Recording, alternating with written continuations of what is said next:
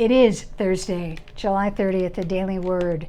And instead of a word today, we're concentrating on two bits of history as well as two birthdays. First, birthday of the novelist Emily Bronte.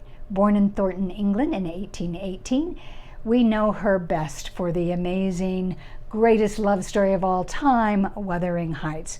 What is so interesting is that Emily never had a lover. She and her sisters Anne and Charlotte and brother Branwell educated themselves at home by reading their father's extensive collection of classic literature. It also inspired her to write poetry as well. Today is the birthday of automaker Henry Ford. From Dearborn, Michigan in 1863. He created the Model T and also created the assembly line that was used for making those autos. Sad to say, that assembly line concept may have boomeranged on him later in the war, but nonetheless it was innovative. Now you might not know that for Mr. Ford, he was a big fan of Thomas Edison. It was his idol. And if you go to the Ford Museum, you will be able to see in one of the rooms a vial which looks clear at first. However, it contains the last breath of Thomas Edison. Interesting. He was known for saying, "We don't want tradition. We want to live in the present, and the only history that is worth a tinker's dam is the history we make today." Well, he certainly did that, and we certainly have the opportunity to do that each and every new day.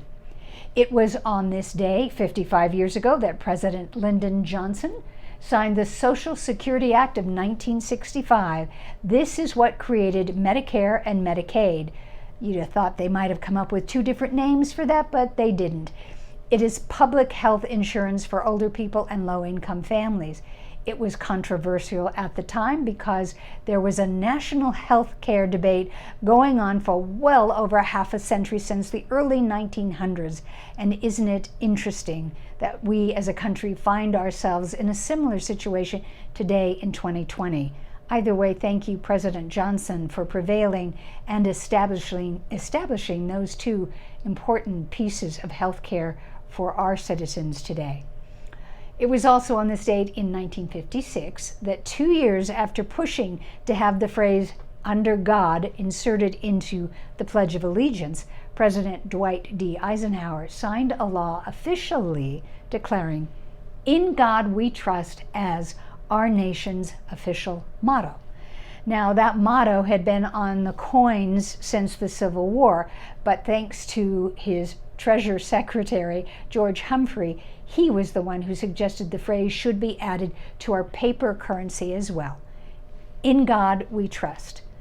Kind of a nice motto to think about for our nation, particularly at this difficult time when it is so divisive and kind of scary, and it feels so turbulent and uncertain.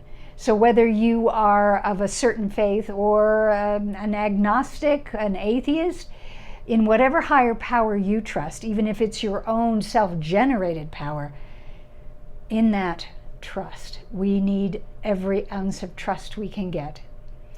So I trust that you will join me again tomorrow for the Daily Word. Till then, stay safe, stay sane, stay you.